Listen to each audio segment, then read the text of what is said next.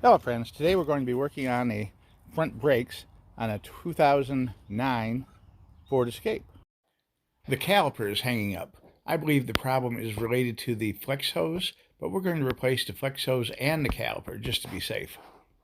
First thing we're going to do is jack the car up and support it with a jack stand. A lot of times when your brakes are overheating and you think the caliper is sticking, and the caliper actually is sticking, but you think the problem is a bad caliper, a lot of times that's not actually the problem. I would say 90% of the time it's not your caliper that's sticking, it's a bad rubber flex line for your brake system. They become deteriorated inside, little particles start to swell up, and it blocks the flow of the brake fluid through the line, causing it not to flow backwards into the system. We've sprayed all the different fittings down with PB Blaster that we're going to have to remove here to make the process a little easier. The brake caliper is held on by two hex head socket bolts, and if it's the factory one on the front, it's going to be a 9mm. So make sure you get access to one of these special, one of these special hex sockets before you start the project. You'll need it. And the rears are usually 7mm. The replacement caliper came with 7mm bolts for this. So you're going to need a 7 and a 9mm hex head socket to work on the brakes. And now we're going to pop off the anti-rattle retainer clip here. We put a 1/2 inch line wrench on the metal brake line connector, and we moved it to pop it loose, so we've broken it loose so that we can unscrew it from the brake hose. Now we've slid off the U connector for here that holds the brake line to the strut, that U-shaped clip right there. There's another one of those clips right up here at this mounting plate as well. We need to get that off. Yeah, that one faces downward. So we'll get that one off.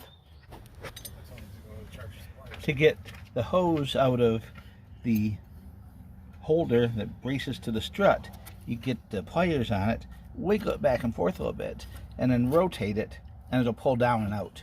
So now we've got the entire caliper assembly removed from everything except for where it screws right there onto the metal brake line. We're going to get the new one set up with the hose on it, ready to go. We'll unscrew it at the brake line. Now here's what I was talking about, how it has to line up just right. You can see that little embossed tab on the brake hose. There's one in the front and one in the back. That tab goes into a cutout groove in the mounting plate. You can see the little cutouts in this mounting plate where those tabs on the hose lock into position to hold it steady. And then you can slide the locking plate in to that groove right there on top, just above the tab.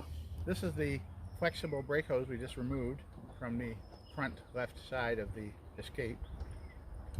Yeah, there's no cracks or visible damage to it, but let me move in a little closer so you can see the end fitting here is starting to get all rusty, and the middle fitting is pretty rusty too.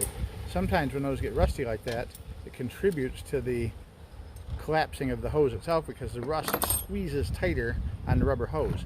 But the main real cause is almost always the decaying of the plastic or rubber inside, which restricts the flow of fluid through the hose, causing the caliper to not relax like it's supposed to, because the fluid goes down under really high pressure from your power brake system. But when the system is released to release the brakes, there's no back pressure pulling it backwards. There is no natural release of the pressure.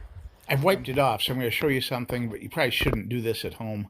I'm going to blow through the line, and you can see, well, I can see, there's no pressure going through it. Don't do that at home. I really can't feel anything coming out of it, and there's fluid in there that's not coming out either, which tells you that this line is clogged. Let me get a new line and show you the difference. How much is this at AutoZone, Dan? AutoZone one like $45. For one? Yeah, just one. Wow. I got this for $8.90 on Amazon. And I'll put you sold it to me for twice the price, which I told you I'd be glad to pay. Selling it to you for twice the price. I'm going to put a link to this along with a really good deal they have going on brake rotors right now. They got AC Delco brake rotors for under $30 a piece on Amazon.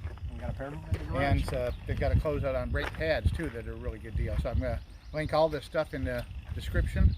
And if you need brake parts for your car, I highly recommend you taking advantage of some of these deals. And let me just show you this. This one here, we can put our mouth on it. I don't know if you can hear that or not, but it's easy to blow right through. That will guarantee that when we get this all back together, our brakes will clamp under pressure and release naturally when the pressure is removed.